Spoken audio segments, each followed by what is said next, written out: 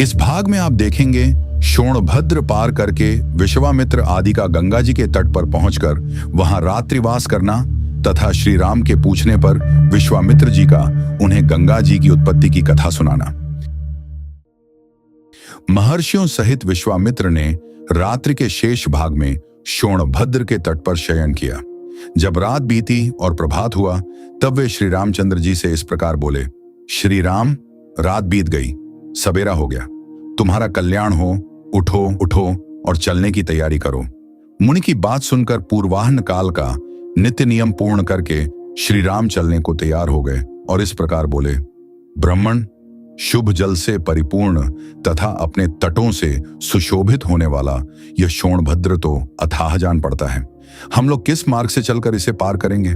श्री राम के ऐसा कहने पर विश्वामित्र बोले, जिस मार्ग से महर्षिगण शोणभद्र को पार करते हैं उसका मैंने पहले से ही निश्चय कर रखा है, वह मार्ग यह है। बुद्धिमान विश्वामित्र के ऐसा कहने पर वे महर्षि नाना प्रकार के वनों की शोभा देखते हुए वहां से प्रस्थित हुए। बहुत दूर का मार्ग तय कर लेने पर दोपहर होते होते उन सब लोगों ने मुनिजन सेवित सरिताओं में श्रेष्ठ गंगा जी के तट पर पहुंचकर उनका दर्शन किया।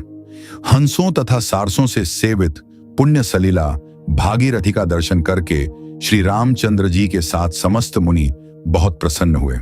फिर विधिवत स्नान करके देवताओं और पितरों का तर्पण किया। उसके बाद अग्निहोत्र करके अमृत के समान मीठे हविष्य का भोजन किया। तदनंतर वे सभी कल्याणकारी महर्षि प्रसन्न चित्त हो महात्मा विश्वामित्र को चारों ओर से घेर कर गंगा जी के तट पर बैठ गए। जब वे सब मुनि स्थिर भाव से विराजमान हो गए और श्री राम तथा लक्ष्मण भी यथा योग्य स्थान पर बैठ गए, तब श्री राम ने प्रसन्न चित्त होकर विश्वामित्र जी से पूछा, भगवन, मैं यह सुनना चाहता हूं कि 3 मार्गों से प्रवाहित होने वाली नदी ये गंगा जी किस प्रकार तीनों लोकों में घूमकर नदों और नदियों के स्वामी समुद्र में जा मिली हैं? श्री राम के इस प्रश्न द्वारा प्रेरित हो महामुनि विश्वामित्र ने गंगा जी की उत्पत्ति और वृद्धि की कथा कहना आरंभ किया। श्री राम, हिमवान नामक एक पर्वत है जो समस्त पर्वतों का राजा तथा सब प्रकार के धातुओं का बहुत बड़ा खजाना है। हिमवान की 2 कन्याएं हैं जिनके सुंदर रूप की इस भूतल पर कहीं तुलना नहीं है। मेरु पर्वत की मनोहारिणी पुत्री मेना हिमवान की प्यारी पत्नी है। सुंदर कटि प्रदेश वाली मेना ही उन दोनों कन्याओं की जननी है।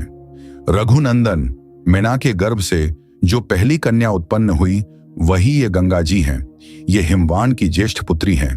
हिमवान की ही दूसरी कन्या जो मेना के गर्भ से उत्पन्न हुई उमा नाम से प्रसिद्ध हैं। कुछ काल के पश्चात सब देवताओं ने देवकार्य की सिद्धि के लिए ज्येष्ठ कन्या गंगा जी को, जो आगे चलकर स्वर्ग से त्रिपथगा नदी के रूप में अवतीर्ण हुई, गिरिराज हिमालय से मांगा। हिमवान ने त्रिभुवन का हित करने की इच्छा से स्वच्छंद पथ पर विचरने वाली अपनी लोकपावनी पुत्री गंगा को धर्मपूर्वक उन्हें दे दिया। तीनों लोकों के हित की इच्छा वाले देवता त्रिभुवन की भलाई के लिए ही गंगा जी को लेकर मन ही मन कृतार्थता का अनुभव करते हुए चले गए। रघुनंदन गिरिराज की जो दूसरी कन्या उमा थी, वे उत्तम एवं कठोर व्रत का पालन करती हुई घोर तपस्या में लग गईं। उन्होंने तपोमय धन का संचय किया। गिरिराज ने उग्र तपस्या में संलग्न हुई अपनी वह विश्व वंदिता पुत्री उमा अनुपम प्रभावशाली भगवान रुद्र को ब्याह दी। रघुनंदन इस प्रकार सरिताओं में श्रेष्ठ गंगा तथा भगवती उमा, ये दोनों गिरिराज हिमालय की कन्याएं हैं। सारा संसार इनके चरणों में मस्तक झुकाता है। गतिशीलों में श्रेष्ठ तात श्री राम। गंगा जी की उत्पत्ति के विषय में ये सारी बातें मैंने तुम्हें बता दी। ये त्रिपथगामिनी कैसे हुई यह भी सुन लो। पहले तो ये आकाश मार्ग में गई थी, तत्पश्चात ये गिरिराज कुमारी गंगा रमणीया देव नदी के रूप में देवलोक में आरूढ़ हुई थी। फिर जल रूप में प्रवाहित हो लोगों के पाप दूर करती हुई रसातल में पहुंची थी। इस प्रकार श्री वाल्मीकि निर्मित आर्ष रामायण आदि काव्य के बालकांड में 35वां सर्ग पूरा हुआ। जय श्री राम। अगले भाग में आप देखेंगे देवताओं का शिव पार्वती को सुरत क्रीड़ा से निवृत्त करना तथा उमा देवी का देवताओं और पृथ्वी को शाप देना।